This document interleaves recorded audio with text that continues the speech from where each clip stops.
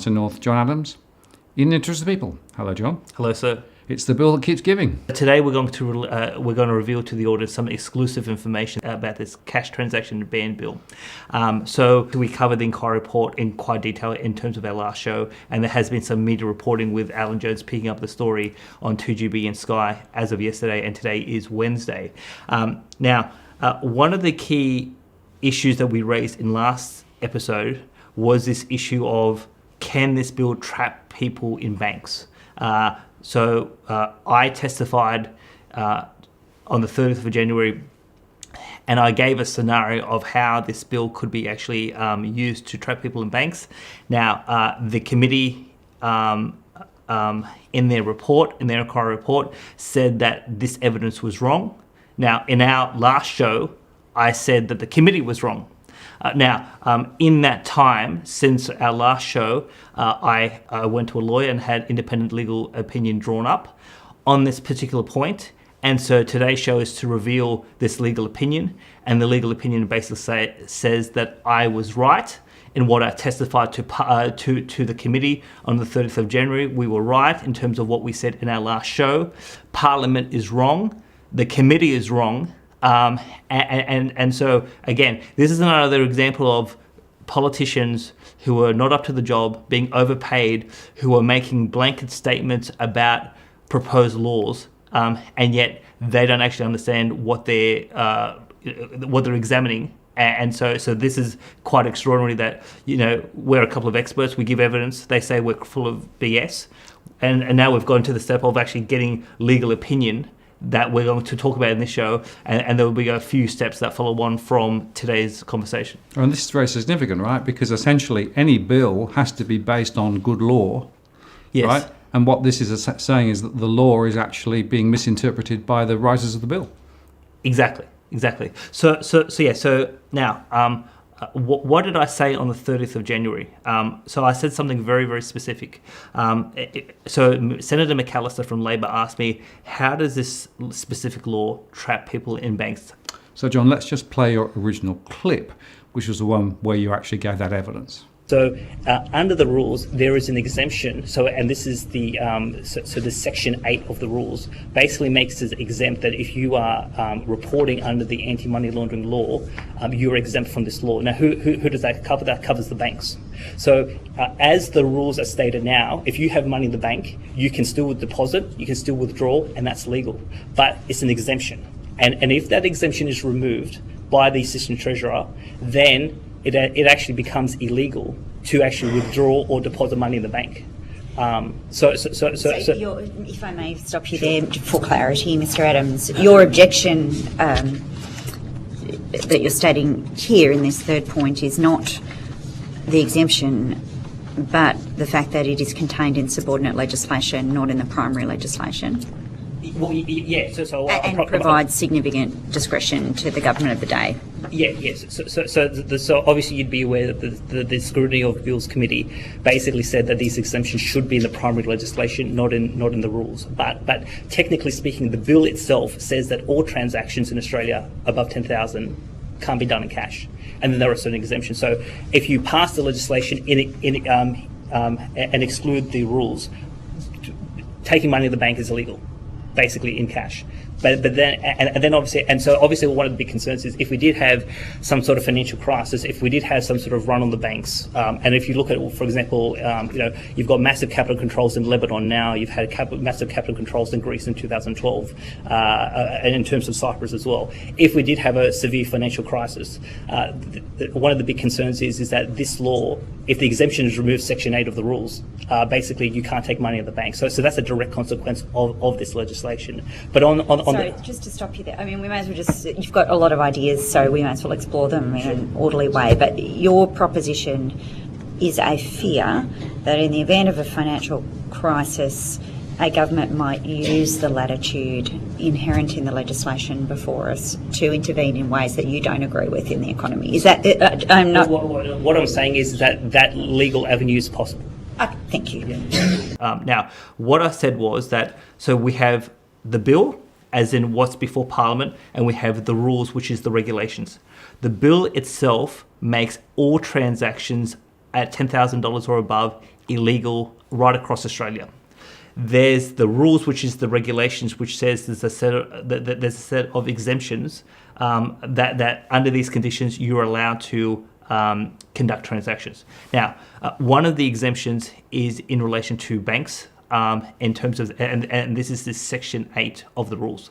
Now, what I testified on the 30th of January and said was that if you bring in the bill, if Parliament passes the bill and you make these regulations law, and then at some future point the Assistant Treasurer was to remove this exemption on the banks, at that point it is illegal to deposit or withdraw $10,000 from any financial institution. I was quite specific about how this law could actually trap people in banks. Now, the committee in its inquiry report had this specific paragraph 2.7 that we said in the last show, but that said I was wrong. Now, they didn't name me, but they said contrary to evidence. So this is paragraph 2.7, quote, "The committee also notes that contrary to evidence provided to it, the cash payment limit does not in any way reduce the capacity of individuals and businesses to withdraw money in any denomination from their bank accounts and hold it outside of the financial system. Likewise, the bill does not affect the ability to deposit cash with a financial institution." Now, so that claim is wrong. So the bill itself makes it everything illegal, and it's this exemption in the rules. So now they have said that we are wrong in terms of this technical point. And one of the important things to note, Martin, is that some months ago, the Treasury itself, that they put out a fact sheet, and we'll put the fact sheet on the screen, and they had a series of myths and they had a series of facts. And in terms of the facts, so there was this myth about your ability to interact with banks. And so this so-called fact that Treasury presented was that, quote, "You will still be able to deposit and withdraw 10,000 or more cash into or from your accounts." Now, so again, what we're saying, let's be very specific here. We're saying that if everything passes as proposed by government, that is correct. You can still do that. But what we're saying is that the Assistant Treasurer, at the stroke of a pen, can remove this exemption in a financial crisis, and were that to happen, at that point it is illegal to deposit or in terms of withdraw. Now, obviously, one of the criticisms that we received from the committee was about these so-called hypothetical scenarios. Now, why is this important? Is that, you know, a lot of what we are assuming and commentating on is not to consider this law in the current environment. What happens when we have a financial crisis, and what tools does the government have to actually protect the banking system, and what does that mean for our rights and our ability to escape the banking system and protect our wealth? Now, it's interesting that we, in the last 24 hours, we've heard a bit of a chuckle off camera about this run on toilet paper, and so right across the country, people have been rushing to buy toilet paper because of fears of the coronavirus. Now, this morning, Woolworths, and let's actually put this article up from the Guardian on the screen, Woolworths this morning made the decision that they will limit the amount of toilet paper every customer can buy because there's effectively a run on toilet paper. So now, yes, that's not the banks, but we have seen Northern Rock. We've seen other examples where when people get nervous about banks, they have a run, and there's an incentive for governments and the banks to limit the amount of money leaving the system. That's what we call capital controls. Woolworths, in effect, have I think the Guardian called it rationing. You could call it rationing. You can call it a capital control on toilet paper. But what we're talking about in essence is this law, if passed, gives government a new tool to trap us in the banking system in a financial crisis by removing this Section 8 of the rules whenever they so desire. Right, just to be clear, the regulation is held outside the bill. The bill refers to it. The regulation doesn't require parliamentary approval to change. So basically the Treasury can just, in an instant, change that particular regulation, and suddenly we are not allowed to take more than $10,000 out of the bank. If that regulation is changed, and the exemption is removed, the Senate technically has 15 sitting days in which to overturn that change, but the Senate has to sit. Yep. And then they have to pass it, assuming that the Senate has the numbers. So if the Senate's not in recess, and you remove the exemption, well then it will be illegal to deposit or withdraw more than $10,000 at that point when that change is made. Right, so let's just talk hypothetically. So if we suddenly found that the current crisis is getting worse and there is a run on the banks, somebody in Treasury can say, right, we need to activate that if this bill had been passed, right? Yes. And at that point, you could not take more than $10,000 out. Now there's some, funnies around there, and Senate might not do this, that, yeah. But effectively, they can turn it off. Correct. Yeah. I made a claim. Parliament says I'm wrong. Treasury says I'm wrong. So let's actually now get into the legal advice. So there is a lawyer, Robert Butler. Now we should say, for transparency's sake, that Robert we went to him last year to get advice about in terms of bail-in. So when we talked about a loophole on bail-in, Robert provided us with some advice that we presented on the show last year. So again, he was actually at the 30 January hearing, so he actually sat in the audience and he's been tracking this bill very closely. So I emailed him, I think on Sunday or Monday, and basically said, here's my argument, here's the counterclaim from the committee, you're a lawyer, what you'll read. So he's provided me a 3-page independent legal opinion. There's a couple of key quotes from this 3-page advice that I'll go through. So here's the first one, quote, "You gave evidence at the hearing on 30 January 2020, and in the course of that evidence, you expressed the opinion that if Parliament and the Minister enacted the currency restrictions on the use of cash bill and the draft of the associated legislative instrument, the currency restrictions on the use of cash rules 2019, as referred to the Committee for Inquiry and Report, and the relevant minister subsequently repealed Section A of the rules, then this would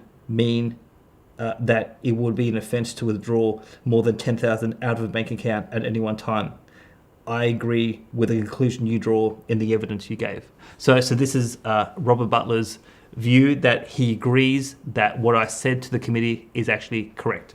Now, he also had something else to say in the conclusion of his legal opinion. Quote, "Similarly, in the absence of the rules, and particularly Rule 8, the bill does affect the ability to deposit cash with a financial institution, as it makes such a transaction in excess of the cash payment limit an offence with draconian penalties." So again, the Treasury in their fact sheet says that the bill, this cash payment limit, does not affect your ability to deposit or withdraw.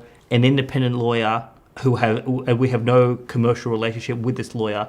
He has looked at the law and the regulation as is, and he says no.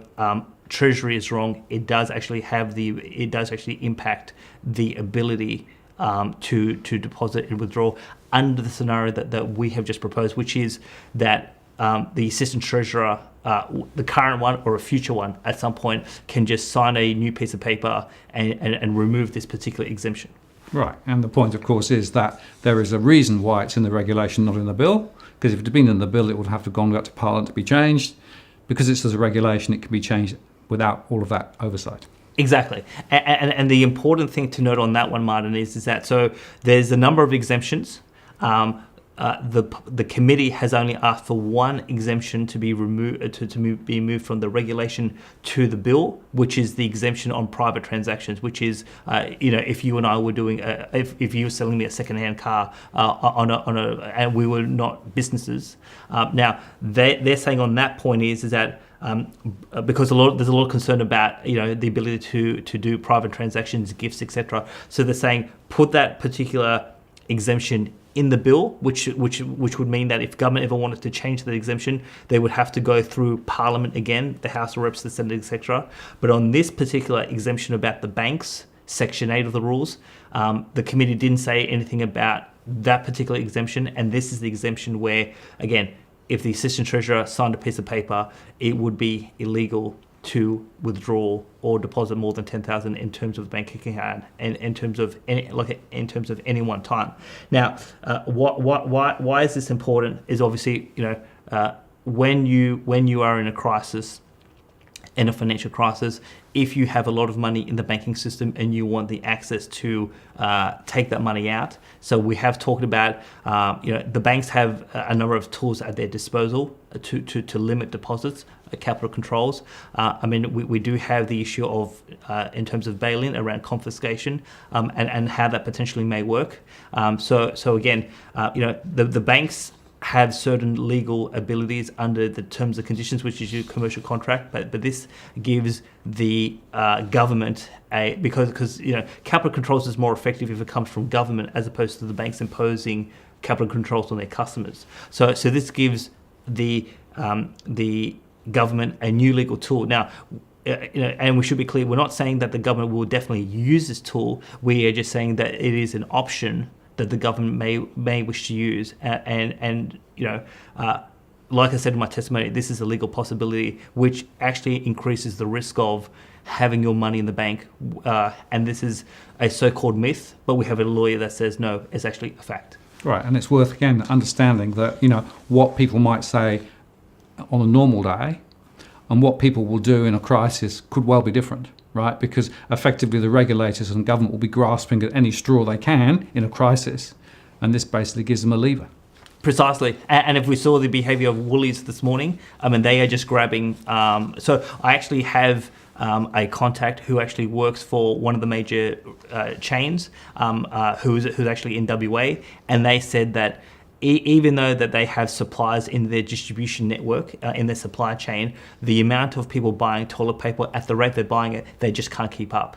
And so this is why, because they can't keep up with demand, this is why they have had to bring in rationing. And obviously, whether it was Northern Rock, where people lost confidence in that bank, or Greece in 2012, when people lose confidence that the banks are going to maintain solvency, they will rush and try to get their money out of the bank. And there's obviously an incentive to stop that, because if you allow the run to happen, these banks will go bankrupt very, very quickly.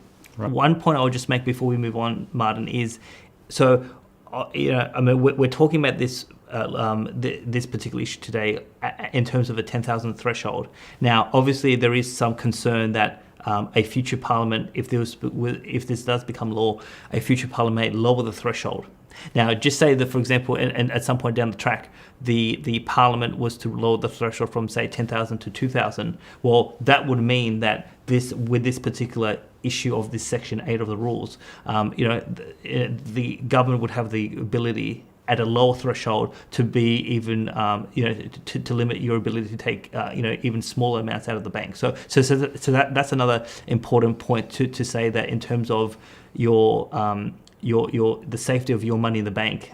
Yes, there is we're talking about a $10,000 sort of issue at the moment, but if the threshold was to ever be lowered, that would actually mean, that would have more significant financial consequences in your relationship with the banking system. Right, and we know internationally that around the world some of those limits are a lot lower than here, as proposed by the bill. So it's important to bear that in mind. Yeah. Okay.